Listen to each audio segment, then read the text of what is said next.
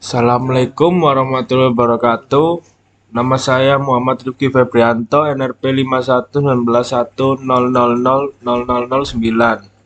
Saya akan menjelaskan tugas teknik instrumentasi, yaitu teknologi informasi dan komunikasi.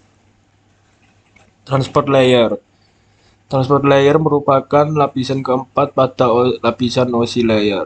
Lapisan ini bertanggung jawab menyediakan layanan pengiriman dari sumber data menuju ke tujuan data dengan cara membuat logical connection antara keduanya. Layer ini bertugas untuk memecah data dan membangun kembali data yang diterima dari application layer ke dalam aliran data yang sama antara sumber dan pengirim data.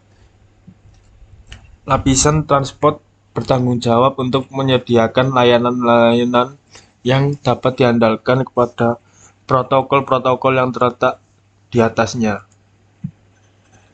Layanan yang dimaksud antara lain mengatur alur atau flow control untuk menjamin bahwa perangkat yang mentransmisikan data tidak mengirimkan lebih banyak data daripada yang dapat ditangani oleh perangkat yang menerimanya.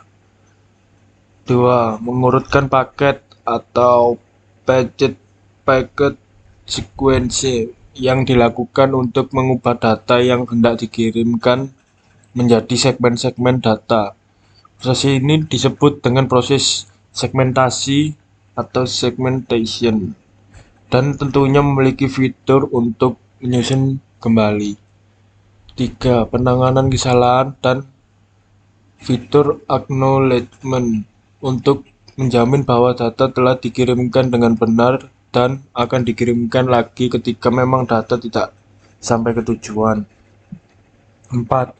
Multiplexing yang dapat digunakan untuk menggabungkan data dari beberapa sumber untuk mengirimkannya melalui satu jalur data saja. 5. Pembentukan sirkuit virtual yang dilakukan dalam rangka membuat sesi koneksi antara dua node yang hendak berkomunikasi. Contoh dari protokol yang bekerja pada lapisan transport adalah Transmission Control Protocol, disingkat TCP, dan User Datagram Protocol, atau bisa disingkat UDP, yang tersedia dalam kumpulan protokol TCP atau IP. OSI layer.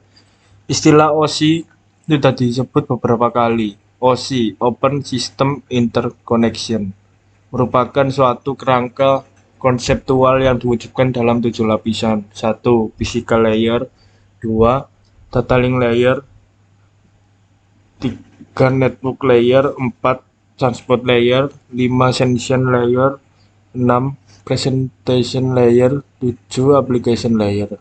Transport service primitive memberikan keinginan caller protokol lokal untuk menerima request koneksi ke lokal DSAP tertentu. Connect mencoba establish transport connection antara lokal DSAP dan remote DSAP di sisi seberang. Jika sukses, Konum menandakan identifier koneksi. Jika gagal, Konum 0 kurang menandakan sebab kegagalan. Misal remote DSAP sudah terkoneksi dengan DSAP lain. Send mengirim isi buffer sebagai message dalam transport connection. Konum memungkinkan error atau kegagalan dikembalikannya dalam status, misalnya no connection, illegal buffer address, atau negative account. Receive keinginan caller menerima data. Disconnect terminate transport connection yang diindikasikan dengan Konum jika berhasil status sama dengan 0. Kemungkinan error Konum tidak valid. Transport protokol. Real time transport protokol RTP didefinisikan sebagai standarisasi paket untuk mengirimkan audio dan video pada jaringan IP. Penggunaan RTP. RTP digunakan sebagai penghubung dengan RTP Control Protocol atau bisa disingkat RTCP. Ketika RTP membawa media stream CDH, audio dan video, RTCP berfungsi untuk memonitor statistik dari transmisi dan quality of service atau bisa disingkat QoS dan membantu sinkronisasi multi-stream. Ketika kedua protokol digunakan dalam conjunction, RTP dihasilkan dan diterima pada nomor port genap dan komunikasi RTCP yang menghubungkannya menggunakan nomor port ganjil yang lebih tinggi. Addressing, suatu proses penyalinan data yang berukuran byte atau word langsung ke dalam register tujuan. Data yang dimaksud di sini adalah suatu nilai atau bilangan tertentu atau bisa juga berupa sebuah konstanta atau didefinisikan dengan instruksi IGO. Reliable Communication.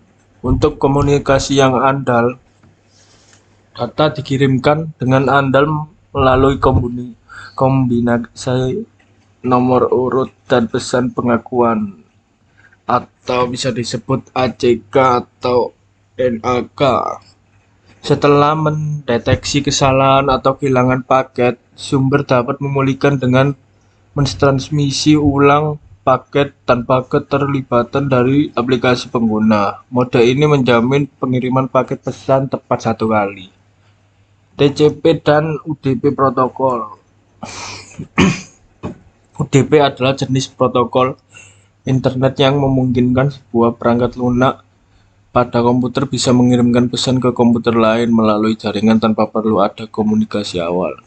TCP adalah bagian inti penting dari Internet Protocol atau IP yang kemudian sering disebut sebagai TCP atau IP. TCP berada di transport layer yang memiliki urutan rapi dan menyediakan komunikasi yang dapat diandalkan. Perbedaan dari UDP dan TCP. 1. Kemampuan koneksi. Bila komputer Anda menggunakan UDP, maka Anda bisa berkomunikasi antar komputer tanpa perlu ada koneksi antar komputer yang menjadi host.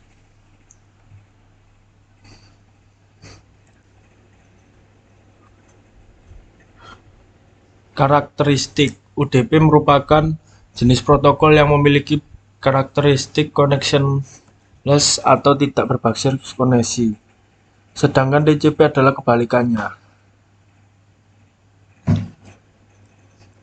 Jenis port yang digunakan. Perbedaan UDP dan TCP berikutnya terletak pada jenis port yang digunakan. UDP menggunakan port 16 bit integer yang dibagi menjadi 3 bagian, yakni 49152 565 535 untuk ephemeral port. Port 1 10 23 untuk well known port dan port 10 24 49 5 11 1 untuk register port. Transmisi data. Proses transmisi data UDP dilakukan dalam bentuk datagram yang memungkinkan data yang diterima bisa mengalami kerusakan dan tidak urut. Contoh aplikasi yang menggunakan protokol UDP dan TCP juga berbeda. Contoh untuk UDP adalah SAN RCP, SNMP, DNS, dan TFTP. Lalu contoh aplikasi untuk TCP antara lain FTP, SMTP, dan Telnet. Netstat adalah perintah di command prompt yang berfungsi untuk menampilkan statistik koneksi jaringan dari komputer dan ke komputer yang sedang kita pakai. Netstat bisa disamakan dengan Task Manager. Perbedaan Task Manager menampilkan proses dan aplikasi yang sedang berjalan, sedangkan Netstat menampilkan layangan jaringan yang sedang dipakai berserta informasi tambahan seperti IP dan portnya.